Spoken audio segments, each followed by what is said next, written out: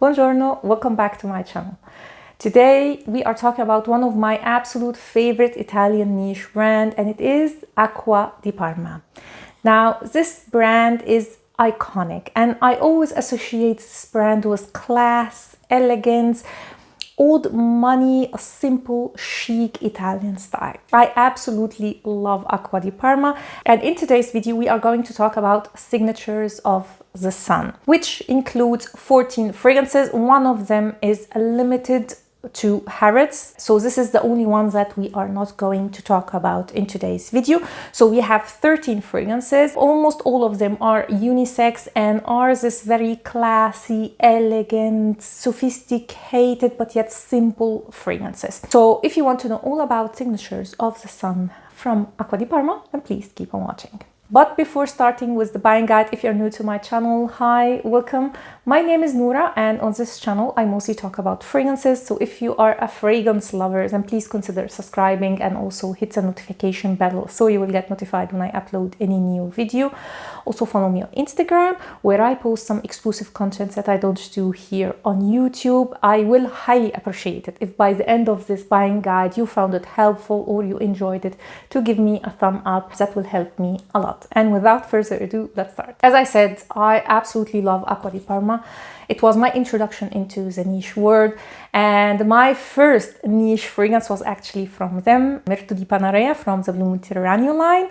I also love this line. I'm totally obsessed with it. I have a buying guide also on that line. You will find it in the description down below and in the eye up here. If you love fresh, summer, Italian coast-like fragrances, then definitely check that line and check my buying guide for that one. Today we are talking about Signatures of the Sun, and this line comes in two different formats. So we have the black bottles, totally opaque like this, and then we have the more transparent bottle with the black cap like that one. I tried to find out why this line in particular is called Signatures of the Sun.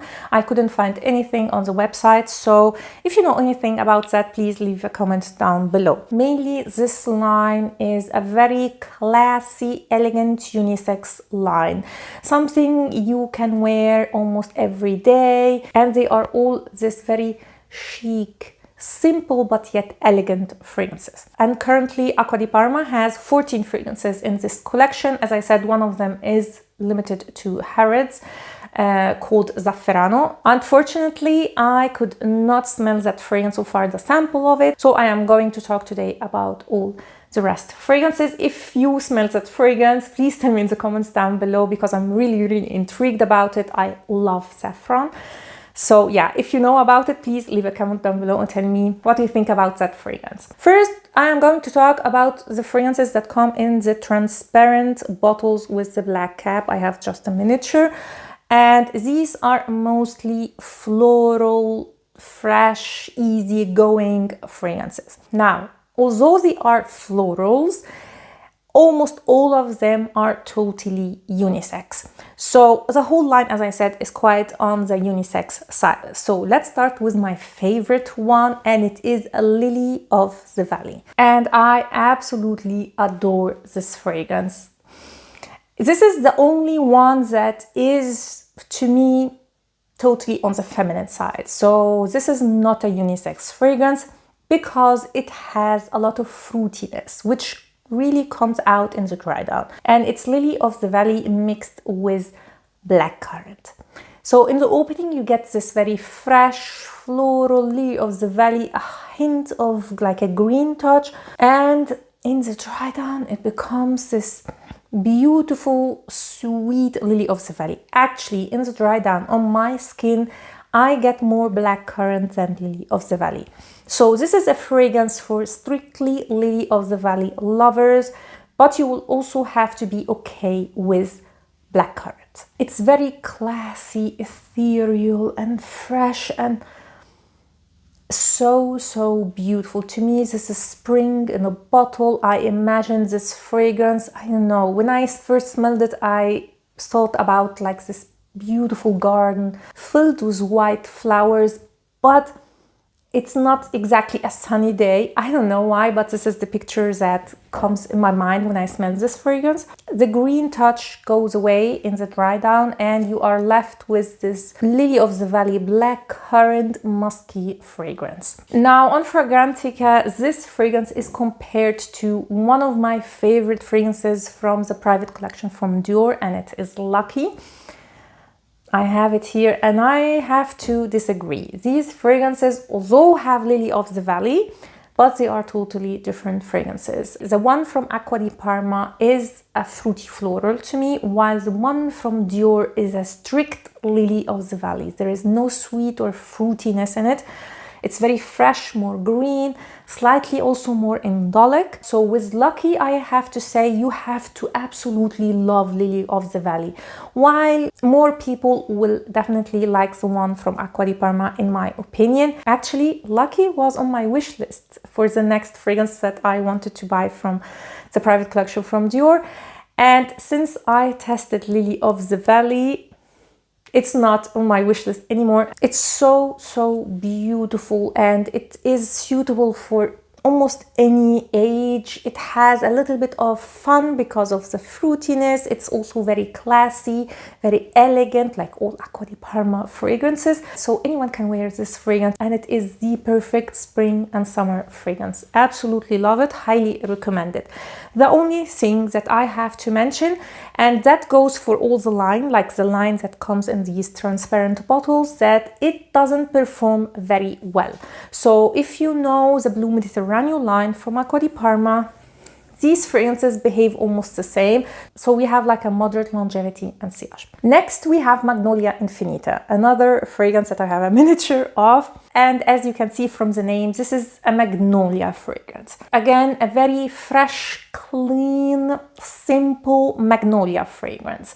It's a little bit green in the opening, but this green touch does fade away quite a bit in the dry down, and it's quite a linear fragrance. Overall, it's not my favorite, to be totally honest, but it's easygoing, classy, light and fresh. Again, something that you would wear during spring, summertime. Very easygoing. So Magnolia Infinita, how does it compare to Magnolia Nobile, which is also from Acqua di Parma, but from the Nobile line? So I tested them side by side. And let me tell you, they are totally different. Now, Magnolia Nobile is more feminine for sure. Actually, the Nobile line is targeted toward women, and it's all about this very complex, sophisticated, again, elegant floral fragrances that are definitely on the feminine side. And that would give you also an idea about the difference between the two. So Magnolia Infinita is a unisex fragrance, although floral again, because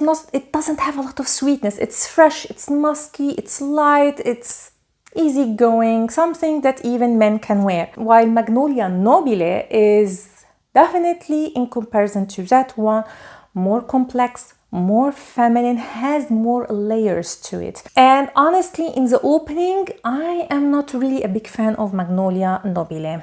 I like more a Magnolia Infinita, but in the dry down, I do prefer Magnolia Nobile, and they are different enough, if you are wondering, to have both of them. Because although they are focused on Magnolia, the structure of these fragrances and the smell of them are different enough to have both of them. As I said, Magnolia Infinita is more unisex, while Magnolia Nobile is more feminine. I would say also quite mature. That line in general is more on the mature side. And another difference is the performance. Again, with Magnolia Infinita, you don't have a very loud fragrance. This is more of a moderate longevity and sillage, while Magnolia Nobile has better performance. So longevity, I would say it's long lasting. Actually, it did last on my skin for quite a long time. And when it comes to projection, it's a moderate to strong, definitely louder than Magnolia Infinita. Next, we have Sakura. And as you would expect, this is a cherry blossom fragrance. Oh, and I'm totally in love with this one. Again, I am thinking about buying this fragrance. It's so beautiful, ethereal, light and fresh and floral, very elegant spring-like fragrance. Now, this sounds like as if I am describing a feminine fragrance, but it's actually unisex. It's what I mostly like about this fragrance, that it is on the unisex side. It usually cherry blossom is mixed with some fruits, something sweet, and this is not the case with Sakura. This one is a strict floral with musky undertone. So beautiful. It has also like a spicy touch.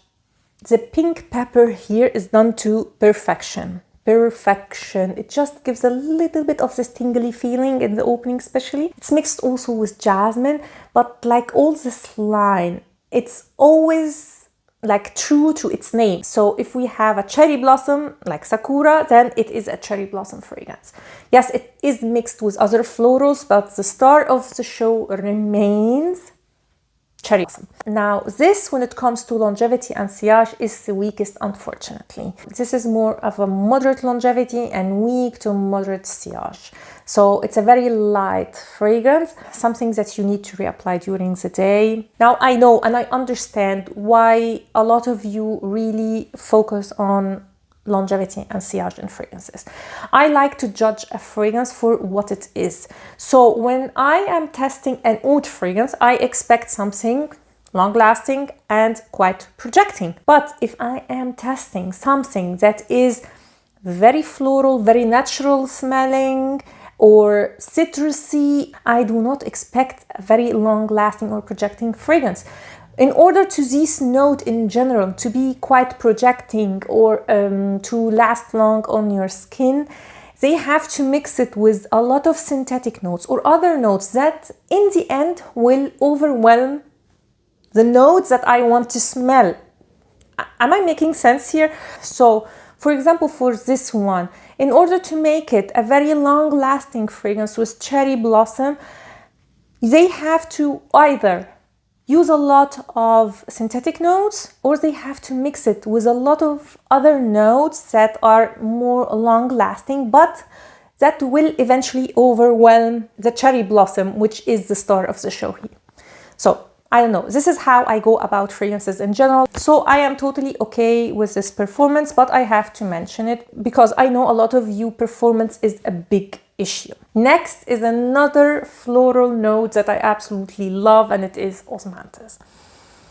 And it's so beautifully done here. Again, very elegant, simple Osmanthus fragrance. So if you are an Osmanthus lover, you will definitely like this one. There is no apricot added to it. You get only this touch of apricot feeling, fuzziness that is naturally in Osmanthus. Again, this spring, fresh, easygoing, elegant fragrance. Here it's also mixed with neroli, which I can get, but again, it doesn't overwhelm the Osmanthus. It's so beautiful, unisex Osmanthus fragrance. It does have a better performance than Sakura, but it's again one of the weakest fragrances in the line. So it's again like intimate to moderate longevity and sillage. Is it my favorite from this line or Osmanthus fragrance in general? I have to say no. But it's an excellent Osmanthus fragrance. Just that I love the aesthetic of Acqua di Parma. This simple, elegant, easy-going, old money vibe. Just love it. So this one, definitely for Osmanthus lovers. Next, we have quite a unique fragrance, and it is Camelia. Now, if I am not mistaken, Camelia doesn't have any smell. So we are talking about fantasy note. So this is kind of an interpretation of how this flower would smell. And here it's a spicy floral.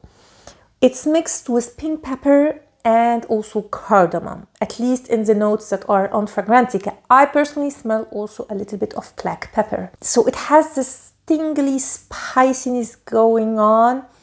There is this floral touch. It's more complex than the others from the line, and it's totally unisex. From the florals that I've talked about, this is to me the most unisex one. maybe because of the spiciness. Again, you know, judging a fragrance by if it's masculine or feminine is quite subjective, and honestly also quite a cultural construct, depends on where you live. So yeah, anyway, I find this one quite on the unisex side because of the spiciness. And it was my favorite, but on my skin, I don't know, I get a lot of this almost black pepper aromatic thing that I don't get on paper. So this one I highly suggest you test on your skin before like judging it. So that was Camelia. Another favorite of mine, and it's not a surprise because it's a citrusy fragrance. So this is the only non-floral fragrance in this line. Not this line, but like these transparent bottles. And this is Yuzu. And it is this very soft citrusy smell. It has this green touch and almost a powdery touch because it's mixed here with mimosa. Now, mimosa is not a note that a lot of people like because some people find it a little bit too sharp. Here, to me, I am not bothered by it. I can smell it, but it's not too much. It just adds a little bit of dimension to the Yuzu, so it's not like this, you know, very simple citrusy fragrance. It has more layers because of this powdery green touch added. It complements the Yuzu quite well. Again, you have the musky base, and it's very fresh and uplifting and happy fragrance. I really, really like it. Actually, it's between Yuzu and Lily of the Valley. For me, like the best from the line. I love both of them. And this for me is more of a summer fragrance. Something that you would wear to smell a little bit fresh, very easygoing again, in unisex. I feel like I'm repeating myself here, but it's just all the line is like that. Now, when we come to the black bottles, it's a different story, but the ones that come in the transparent bottles are all extremely elegant, soft, fresh spring summer fragrances. Unisex fragrance, except of Lily of the Valley, in my opinion. So if you want a citrusy fragrance that is not too, you know, it doesn't have this sharpness of the citrus, check Yuzu. Now let's move to the black bottles, and these are more of winter fragrances. So we have the first one here, Ambra. And the amber here is not like this warm, resinous amber. We are talking about ambergris here. And it's mixed with rose, with a woody, musky base. And honestly, I am not the biggest fan of this one, to be completely honest. Mainly because I am not a fan of ambergris, but I can see that this will be love for a lot of people. Now, if you know Ambre Nuit from Dior, actually they compare on Fragrantica these two. They are not similar. They are definitely different fragrances, but they give me the same vibe. So this very classy, masculine fragrance. I find this one difficult to imagine on a woman. For me, it's more masculine. It does have a slight warmth and sweetness in the very dry down, but overall, I would say this is a masculine fragrance that is very classy and elegant. And it's actually the only one where in the dry down, I smell more of other notes than amber. So I get more of the cedar and the sandalwood in the dry down than ambergris. I'm not saying that this is a bad fragrance, but it's not the best from the line, in my opinion. So that was Ambra. Next is one that I did not expect to love as much as I do, and it is Sandalo or sandalwood. Oh my God, this is so, so beautiful. This is, again, totally masculine. Sandalwood here is mixed with a lot of lavender, and for some reason, I am not bothered by the lavender here. So lavender is one of the notes that I struggle a little bit with. Sometimes it just bothers me. I don't know, I get irritated, but here, oh my God, such a classy fragrance. It's beautiful. It has this citrusy opening, so you get the lavender and some citruses. In the dry down, it's a little bit like a hint of sweetness, has this ambery base, so in the dry down you get a little bit of like a hint of almost spicy warmth. Oh my god, it's so beautiful. So beautiful. Highly recommend sandalwood. When I tested, I was blown away, and the only reason that it's not on my wish list or already in my collection is that this is a totally masculine fragrance. I mean, this is more masculine than like Ambra. If you are a man and you love sandalwood, highly recommend this one. So elegant. Love it. Highly recommend it. Next, we have leather. And I am not a fan of leather in general, but I really like this fragrance. Again, very simple, elegant, old money. This is like the one that for me smells like this old money, sophisticated, simple chicness. I don't know. For me, old money means elegant, put together, but very simple. And this is it. The whole brand, as I said, screams of old money. It's perfection in my opinion. And I would say this is a leather that even people who are not into leather fragrances would like, because it's not animalic to my nose at all. It's mixed with a lot of notes. So there's rose, if I'm not mistaken, there's some woody nose, cedar, and I think raspberry and guaiac wood. And I get a little bit of this guaiac wood. Again, it gives a little bit of dimension to the leather. And it is compared on Fragrantica to Tuscan leather from Tom Ford. Now, unfortunately, I've never tested that fragrance, so I can't tell you if they actually have some similarities or not. What I can tell you that this is one of the best elegant, let's say beginner leather friendly fragrance. Next is Quercia, and Quercia translates to oak.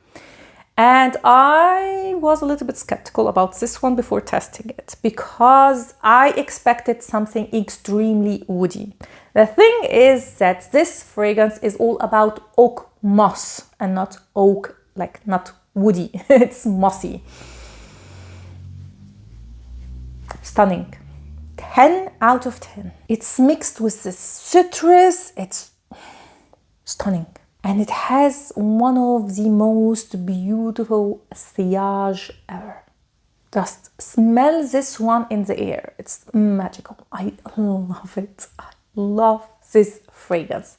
Blown away by it. In the opening, you get a lot of the citrus, and it's very invigorating. It's something that will wake you up, you know?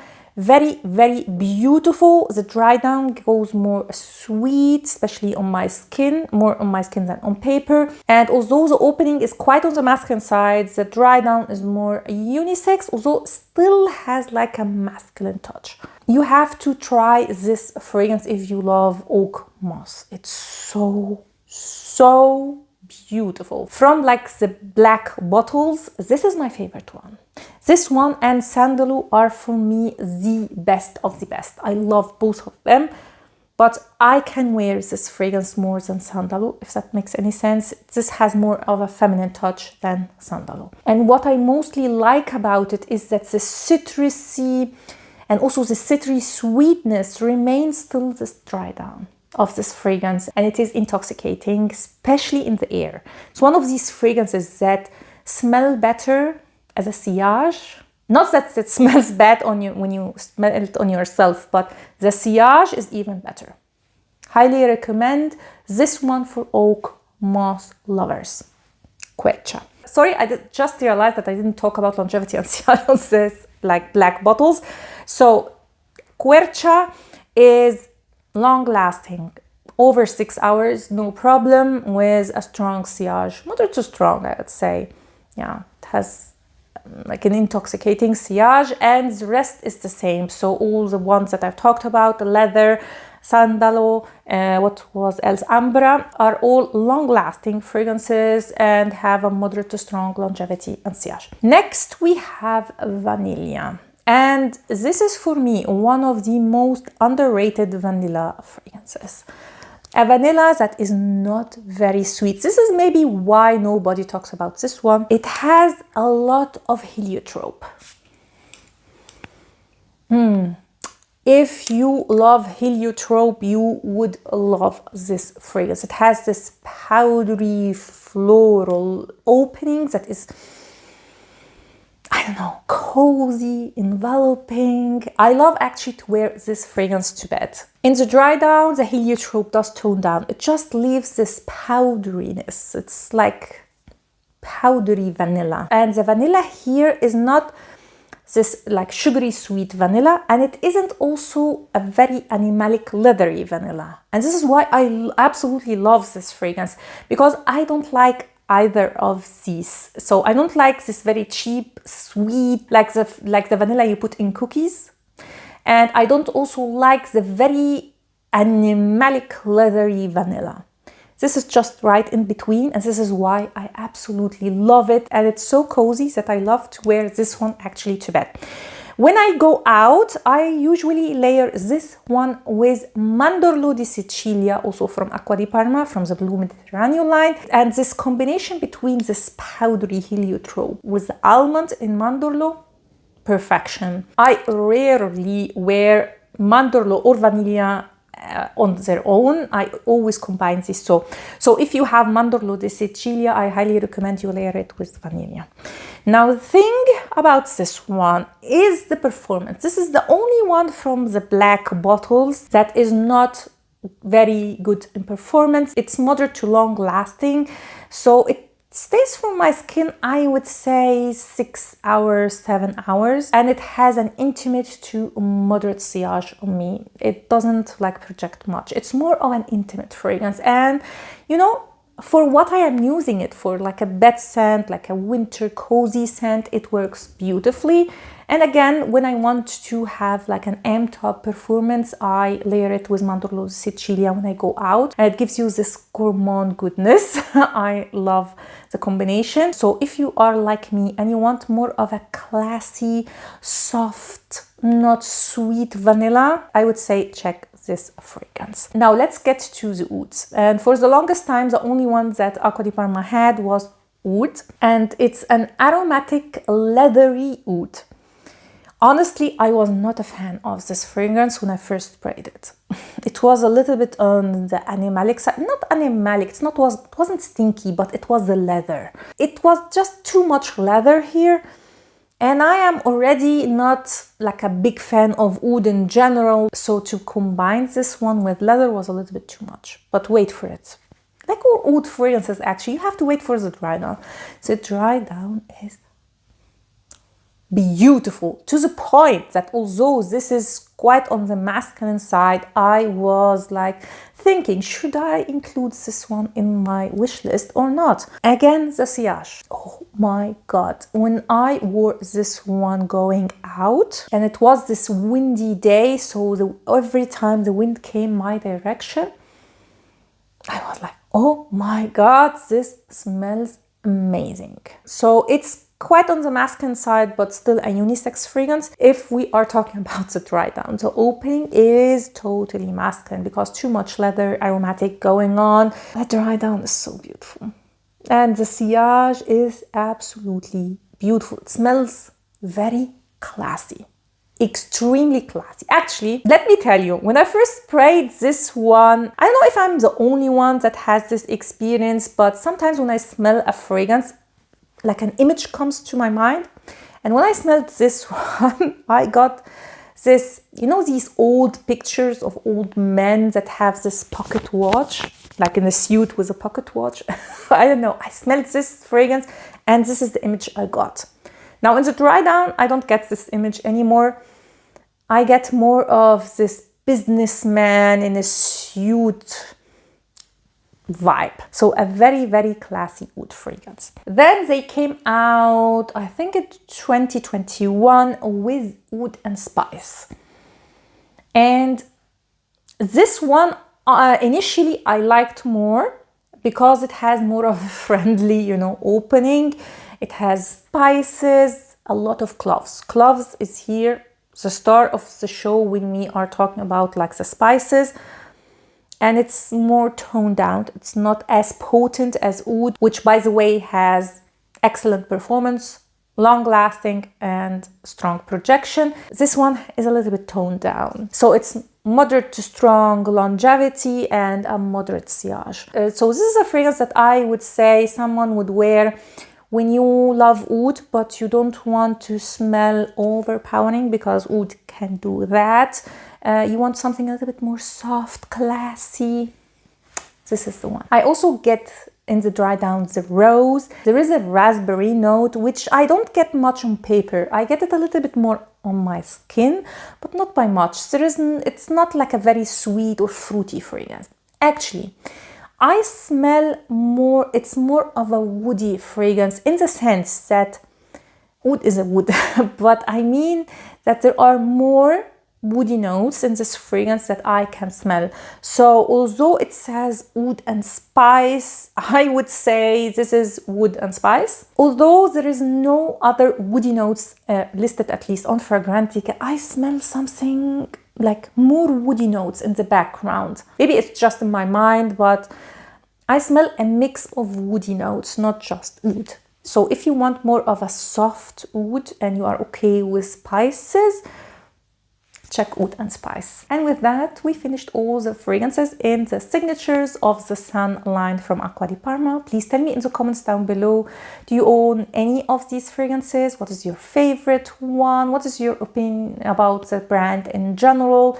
I always love to see your comments down below. I hope you liked this video and you found it helpful, and if you did, please give it a thumb up and consider subscribing to my channel. Also, don't forget to hit the notification bell so you will get notified when I upload any new video. I will leave the buying guide for the Blue Mediterranean line linked in the description down below and in the eye up here if you are interested, and stay tuned for a buying guide on the Nobile line coming very soon. Thanks a lot for watching and see you next time. Ciao!